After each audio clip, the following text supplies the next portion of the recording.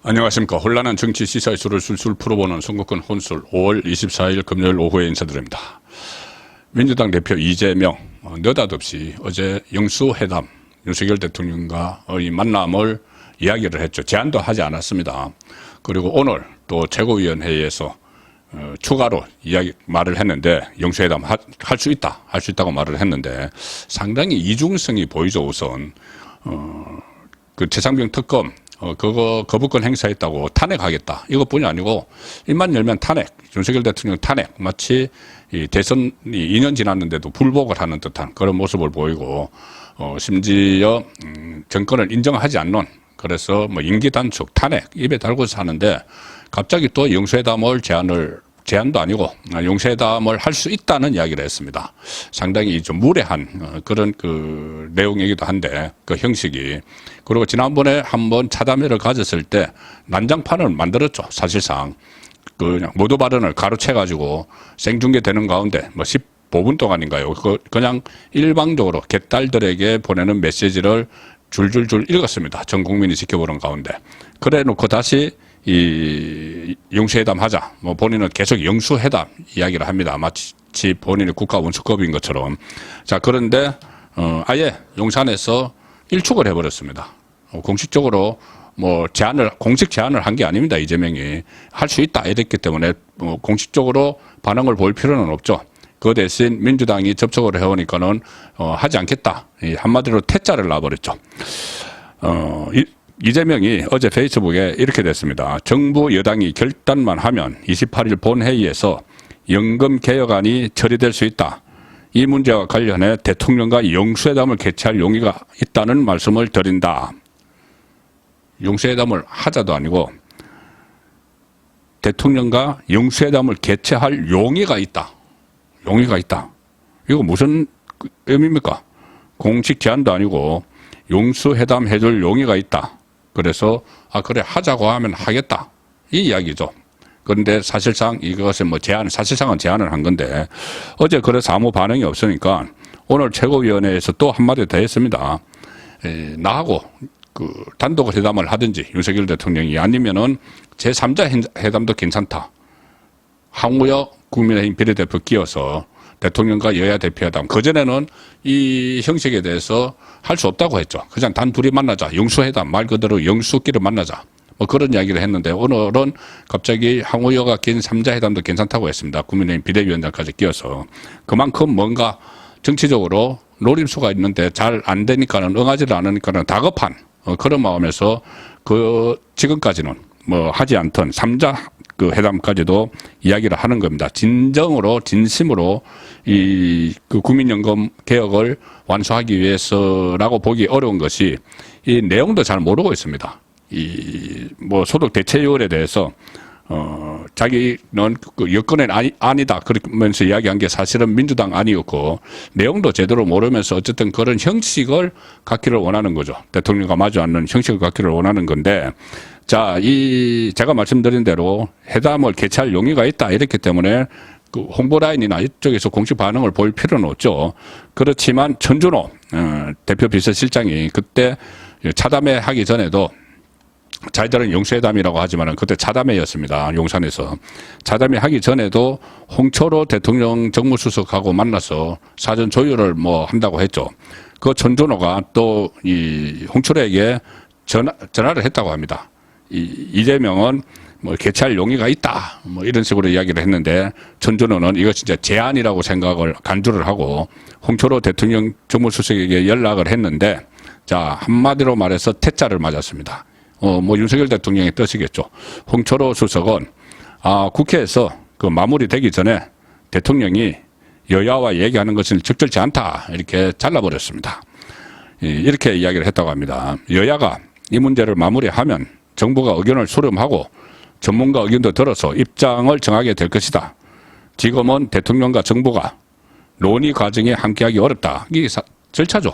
자, 국회에서 법률을 개정하는 문제인데 이 시간이 지금 많이 끌었지만 22대에 가서 다시 처음부터 그동안 논의된 것이 있으니까는 처음부터라기보다 논의된 것을 기반으로 해서 더 이 국민이 만족할 수 있는 그리고 연금 제도 전반을 좀 개혁을 하는 그 큰 틀을 가지고 조금 시간을 두고 이것을 하는 게 맞다. 그렇게 정부 여당은 방침을 정했죠. 그런데도 지금 21대 국회가 며칠 남지 않았는데 갑자기 이번 21대 국회에 통과시키자. 합의해서 통과시키자. 그러기 위해서 영수회담 하자. 이렇게 나온 겁니다. 정치적 노림수가 분명히 있다고 봐야 되는데 이재명의 속셈을 일단 윤석열 대통령이 간파를 해서 일축을 한 거죠. 지금 사실상 이 국민연금에 대해서 합의하려는 게 아니고 다른 정치적 의도를 가지고 이 문제에 접근을 한다는 것을 다 간파를 했기 때문입니다. 그러니까 28일에 마지막 국회 본회의가 본회의를 열어서 지금 민주당은 28일에 본회의를 마지막 29일에 임기가 끝나는데 28일에 본회의를 열어서 최상병 특검법 거부권 행사한 것, 윤 대통령이 거부권 행사한 것을 재의결하겠다. 그렇게 지금 추진을 하고 있죠. 그런데 본회의가 열려야 되니까는, 이것을 가지고 이것을 빌미로 해서 본회의를 열어서 동시에 처리하는 그런 꼼수를 쓰고 있다. 이런 분석도 나오고 있고 저는 그것보다는 더 여기 매달리는 이유가 처음에는 직접 본인이 둘이서 하자. 이재명이 했다가 셋도 괜찮다. 이렇게 꼭 하려고 하는 이유가 그전에는 8번이나 제안을 했지만은 다 거절당했죠. 총선 전에는 영수회담 하자고. 그 상황에서도 국민의힘 쪽이나 용산에서 정하고 싶으면은 대통령이 주재하고 여야 대표가 같이 만나는 건 할 수 있다고 했는데 그거 안 한다고 했습니다. 그런데 오늘은 그것도 하겠다. 그거라도 하겠다. 이렇게 나오니까는 목적이 있는 거죠. 사법 리스크입니다. 지금 이원석 검찰총장이 사실상 무장해제를 당하고 좀 수사에 주저했던 영장 재청구, 구속영장 재청구도 주저했던 이원석 검찰총장이 사실상 무장해제를 당하고 검찰 인사가 있었죠. 그리고 곧 실무 지휘자들도 검찰 중간 간부 인사도 있습니다. 그렇게 되면은 구속영장 재청구 가능성이 엄청나게 높아집니다. 6월 7일 날 이하영 1심 선고가 나오면은 대북 선거과 관련해서 검찰도 다 바뀌었고 구속영장 청구 가능성이 높아지는 상황이고 그만큼 자기가 위기의 콘에 몰리고 있다는 것이죠.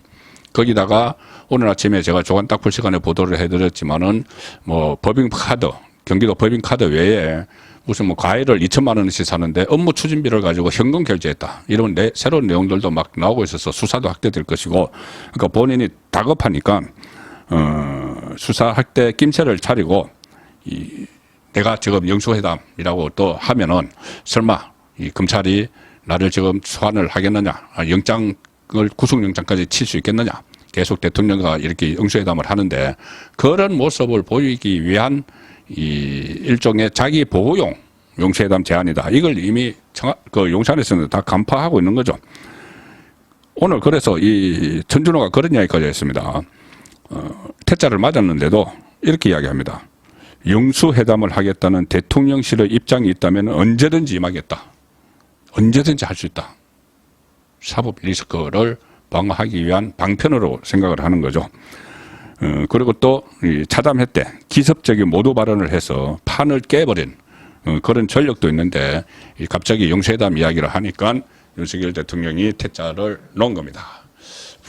아예 원천 차단을 해버렸는데 최근에 제가 얼마 전에 윤석열 대통령이 확 바뀌었다.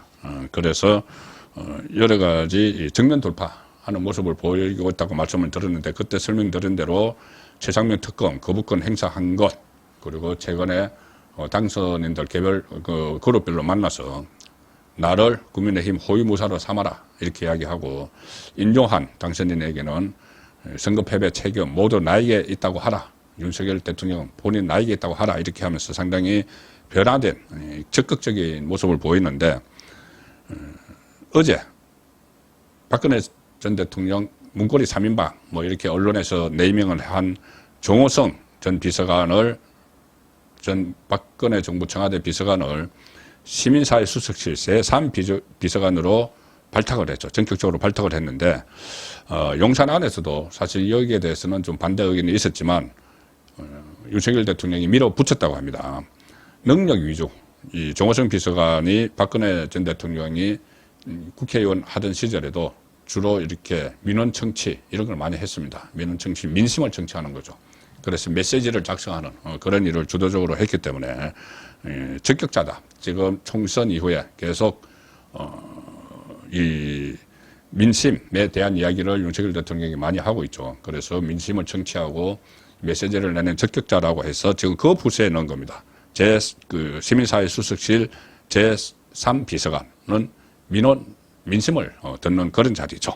그리고 또 하나 제 개인적 생각으로는 이 종호성 전 비서관, 이제 지금 현 비서관이죠. 이제 시민사회 수석실 3비서관이 민주당에서는 뭐 조롱을 합니다. 탄핵 대비용이냐.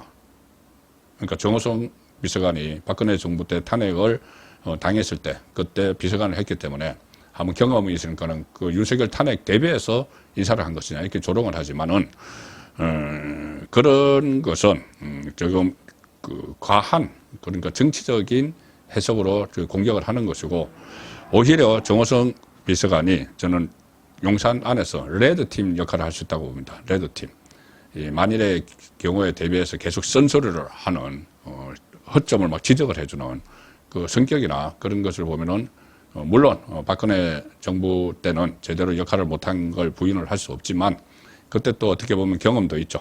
경험도 있어서 레드팀 역할을 할 수 있는 이런 사람을 비서관으로 또 발탁을 한 것. 또 이런 의문도 있습니다. 지금까지 용산이나 여러 곳에 퍼져 있는 윤석열 정부 사람들을 보면은 친이명박 계열이 장악을 하고 있다. MB계. 자, 그런데 이제 친박계도 이렇게 이 국정을 운영을 하는데 참여시키기 시작했다. 그런 의미도 저는 충분히 있다고 봅니다. 그래서 어쨌든 오늘 이재명의 어떻게 보면 기습적인 영수회담 제안을 단칼에 퇴짜를 놓고 거절한 것은 윤석열 대통령의 달라진 모습이다. 말려들지 않는 정치적 의도에 말려들지 않는 그런 모습을 또 보여줬다고 평가를 합니다. 송국근의 혼술이었습니다.